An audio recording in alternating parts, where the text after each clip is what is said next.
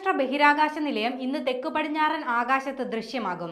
ഇതോടെ ഇന്ന് രാത്രി കേരളത്തിലെ ജനങ്ങൾക്ക് ആകാശത്തു കൂടി ബഹിരാകാശ നിലയം സഞ്ചരിക്കുന്നത് കാണാൻ സാധിക്കും. ഇന്ന് രാത്രി ഏകദേശം 7:25 കേരളത്തിന്റെ ആകാശത്ത് അന്താരാഷ്ട്ര ബഹിരാകാശ നിലയം ദൃശ്യമാകും. തെക്ക് പടിഞ്ഞാറൻ മാനത്ത് പ്രത്യക്ഷപ്പെടുന്ന ബഹിരാകാശ നിലയം വടക്ക് കിഴക്കൻ ദിശയിലേക്ക് സഞ്ചരിക്കും. ശുക്രന്റെയും ചന്ദ്രന്റെയും സമീപത്തുകൂടി നീങ്ങി 7:30 വടക്ക് കിഴക്കൻ മാനത്ത് അപ്രത്യക്ഷമാകും. കേരളത്തിൽ എല്ലായിടത്തും ഇന്ന് രാത്രിയിൽ അന്താരാഷ്ട്ര ബഹിരാകാശ നിലയം കാണാനാകും. എന്നാൽ പ്രാദേശികമായി സമയത്തിൽ ഏതാനും സെക്കൻഡുകളുടെ വ്യത്യാസമുണ്ടാകാം. ചിലയിടങ്ങളിൽ ശുക്രനെയും ചന്ദ്രനെയും മറ്റും മറച്ചുകൊണ്ടാകും അന്താരാഷ്ട്ര ബഹിരാകാശ നിലയം കടന്നുപോവുക.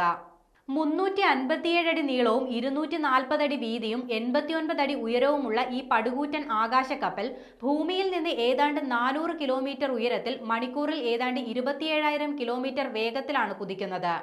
സുനിത വില്യംസ് അടക്കം 7 ഗഗനചാരികൾ ഇപ്പോൾ അതിലുണ്ട്. ഭൂമിയുടെ താഴ്ന്ന ഭ്രമണപഥത്തിൽ സ്ഥാപിച്ചിട്ടുള്ള ഒരു വാസയോഗ്യമായ കൃത്രിമ ഉപഗ്രഹമാണ് അന്തർദേശീയ ബഹിരാകാശ നിലയം.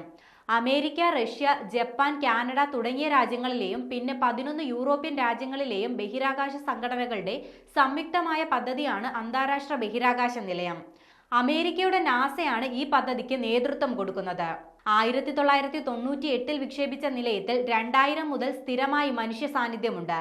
യഥാർത്ഥത്തിൽ 15 വർഷം വരെ പ്രവർത്തിക്കാനായിരുന്നു ആദ്യം ഉദ്ദേശിച്ചിരുന്നത്. 2028 ബഹിരാകാശ നിലയത്തിലെ പ്രവർത്തനങ്ങൾ അവസാനിപ്പിക്കാനാണ് റഷ്യൻ ബഹിരാകാശ ഏജൻസിയായ റോസ്കോസ്മോസിന്റെ തീരുമാനം. 2030 വരെ പ്രവർത്തിക്കാനുള്ള ആരോഗ്യം നിലയത്തിനുണ്ടെന്നും അതുവരെ പ്രവർത്തനം തുടരാനുമാണ് നാസയുടെ പദ്ധതി.